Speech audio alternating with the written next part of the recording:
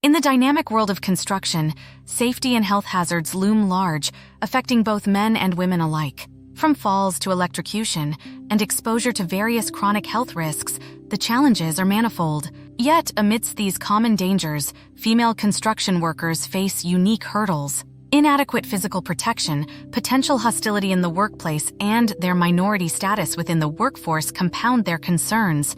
As the construction industry grapples with a nationwide labor crisis, there's a pressing need to diversify its workforce. Recognizing this, employers must create environments conducive to women's participation. Join us as we navigate through the complexities of the construction landscape, striving for equality in safety and health standards, regardless of gender. Back in 1970, when OSHA was established, women comprised less than 1% of construction workers. By 1995, this figure had barely budged, reaching just 2.3%. The scarcity of women in construction trades intersects with unique health and safety challenges faced by female workers, creating a cycle of exclusion and risk. Conversely, the low representation of women on construction sites perpetuates an environment where these issues persist or worsen. Despite the significance of these challenges, scant attention has been given to the safety and health concerns of women in construction. This video aims to bridge this gap by synthesizing findings from 3 pivotal studies. The studies. The first, led by Chicago Women in Trades, CWIT, delved into the experiences of 200 tradeswomen in the Chicago area, uncovering safety and health concerns amidst broader inquiries. The subsequent studies, conducted by NIOSH, engaged 55 and then 213 tradeswomen respectively, focusing explicitly on health and safety issues. Through these investigations and discussions, a clearer picture emerges of the need for policies and initiatives to enhance the working conditions for tradeswomen. 1. Gender bias on the construction site. In the realm of construction, where male dominance has long prevailed, women often find themselves unwelcome on many job sites. Despite laws against sex discrimination, the industry grapples with pervasive anti-women attitudes. Shockingly, studies reveal a disturbing reality. Sexual harassment is rampant. NIOSH's findings are alarming.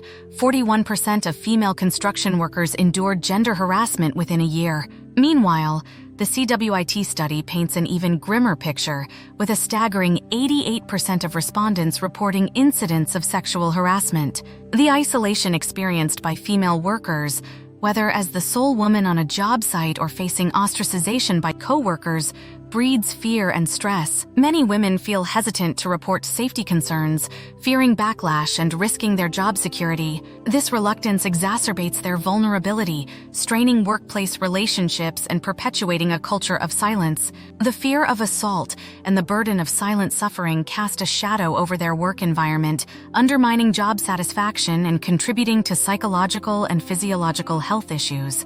A hostile workplace in the construction industry isn't just about hurtful words or demeaning actions, it's a serious safety and health concern that affects every aspect of a woman's work life.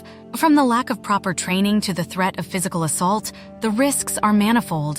Tradeswomen face a constant barrage of negativity, from belittling remarks to outright threats of violence.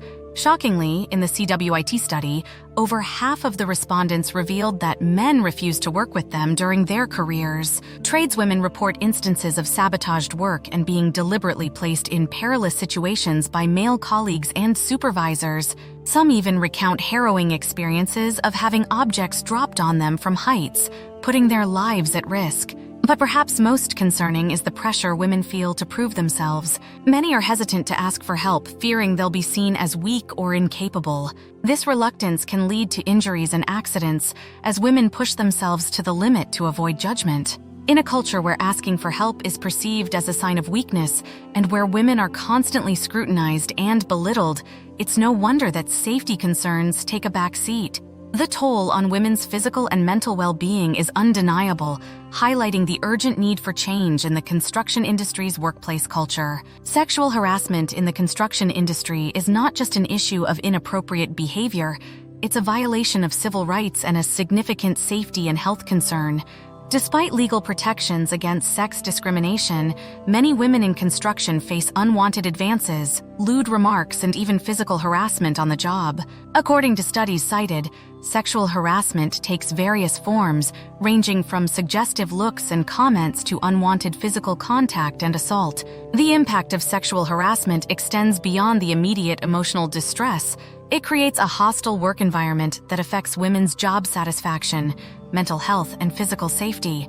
From explicit verbal abuse to offensive gestures and sabotage, women face significant challenges in navigating a work culture that often tolerates or even encourages such behavior. It's crucial for employers and industry stakeholders to recognize sexual harassment not just as a legal issue, but as a serious threat to workplace safety and well-being. Isolation in the workplace, particularly when combined with a hostile environment, can have significant implications for the safety and health of tradeswomen. When women find themselves as the sole female worker on a job site, they often face increased vulnerability to harassment, discrimination, and even physical harm. Being isolated among predominantly male co-workers can lead to feelings of discomfort, fear, and stress. Without the support and camaraderie of other women, tradeswomen may struggle to cope with the hostile behavior and inappropriate treatment they experience. Having more than one woman on a job site can make a substantial difference in creating a more supportive and inclusive atmosphere. It not only reduces the sense of isolation, but also provides a sense of solidarity and safety. Women feel more empowered to speak up against harassment and discrimination when they have allies who understand their experiences.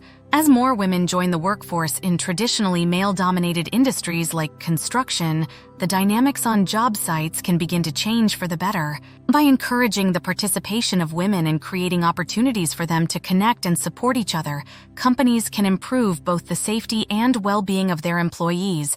The fear of being transferred to another job site or losing favorable work arrangements such as good partners and overtime opportunities prevents tradeswomen from speaking up about safety concerns. This creates a dilemma where women must choose between their own safety and job security. This perpetuates a cycle of silence and perpetuates unsafe working conditions. The fear of being labeled as complainers or troublemakers can isolate women further and undermine their ability to advocate for their own safety. The perception that women are targeted for early layoffs reinforces the notion that speaking up about safety concerns could jeopardize their career progression. Companies must prioritize the safety and well-being of all employees, regardless of gender, and foster an environment where workers feel empowered to report hazards without fear of reprisal. Training programs on diversity, inclusion, and respectful workplace behavior can also help shift attitudes and promote a more supportive work culture for tradeswomen. 2. Sanitary facilities. The issue of access to sanitary facilities, particularly for women on construction sites, is a pervasive problem that significantly impacts the health, safety, and comfort of tradeswomen. In many cases, temporary facilities are inadequate, unclean, or entirely absent, creating serious health risks and discomfort for female workers.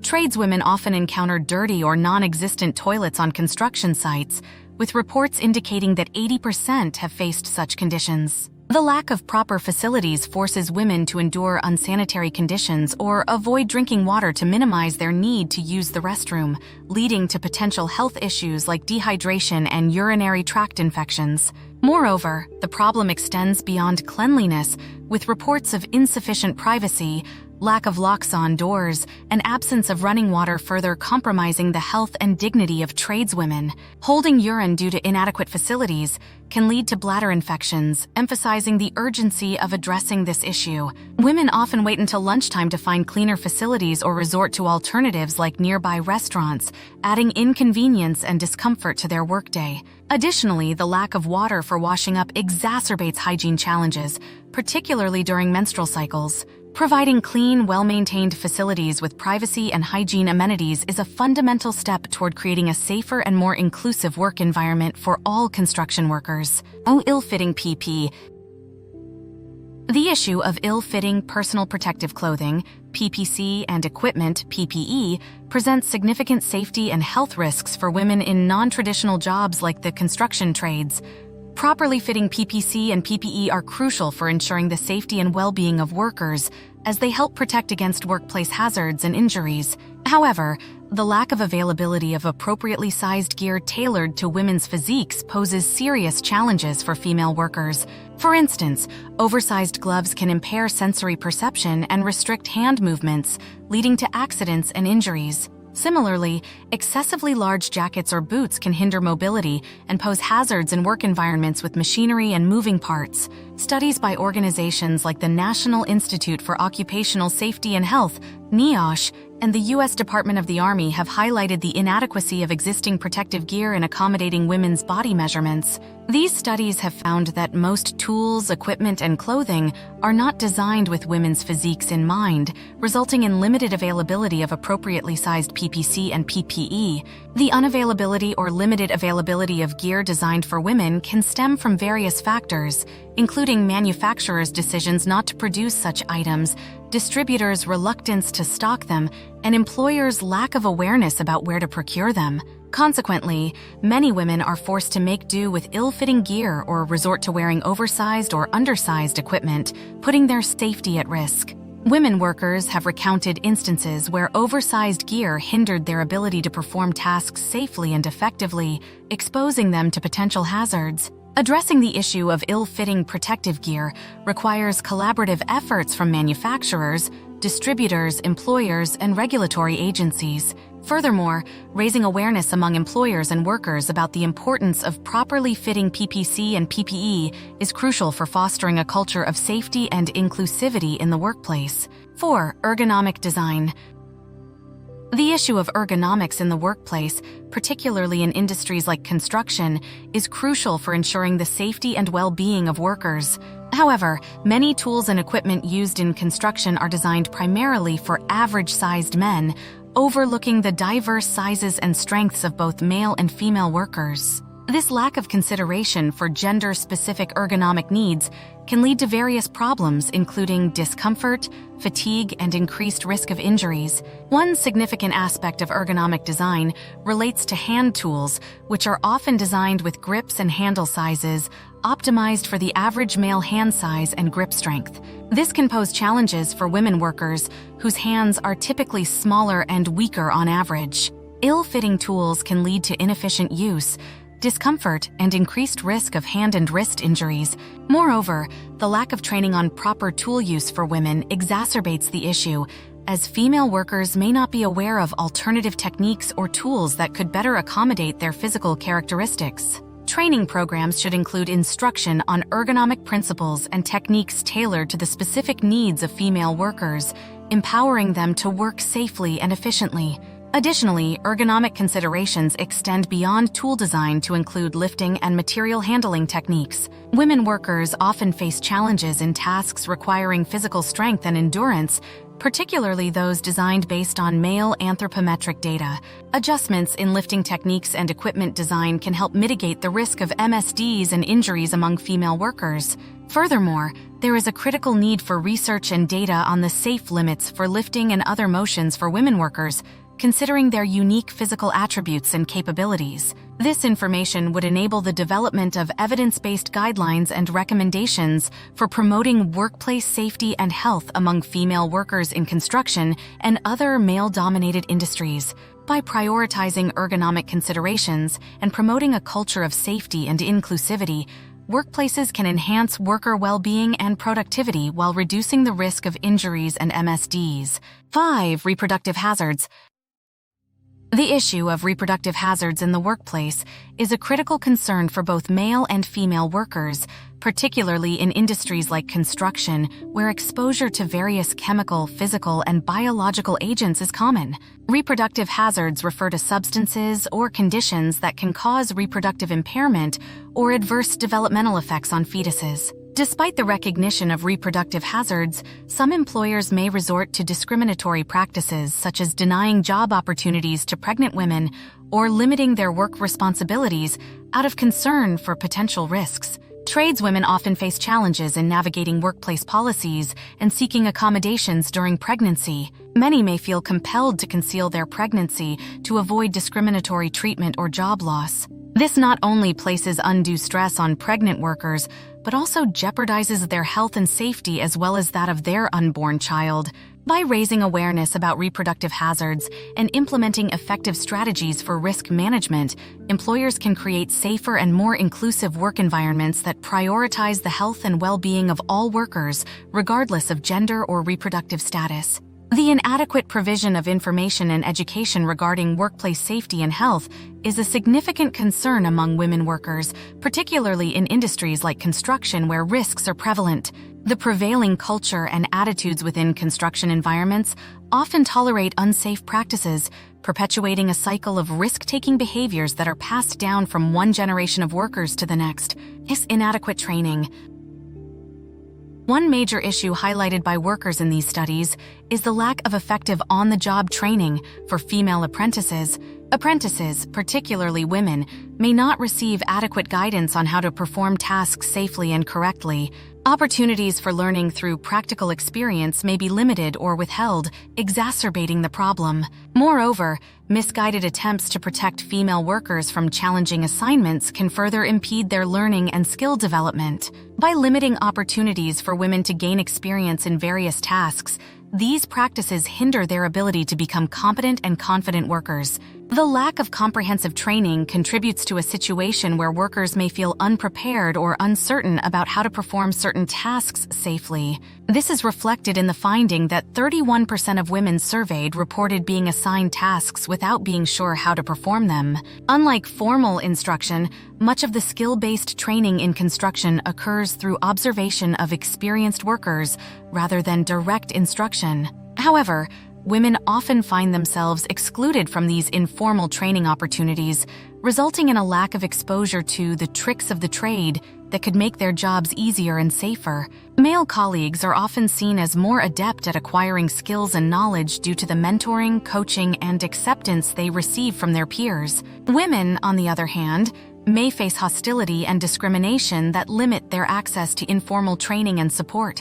This lack of training not only hampers their ability to learn essential skills, but also puts them at a disadvantage compared to their male counterparts. Many women express concerns about the disinterest of their male colleagues in participating in safety meetings and training sessions, as well as the lack of encouragement from supervisors and bosses. Workers may feel pressure to prioritize speed and efficiency over adherence to safety protocols, especially when faced with tight deadlines or demanding workloads.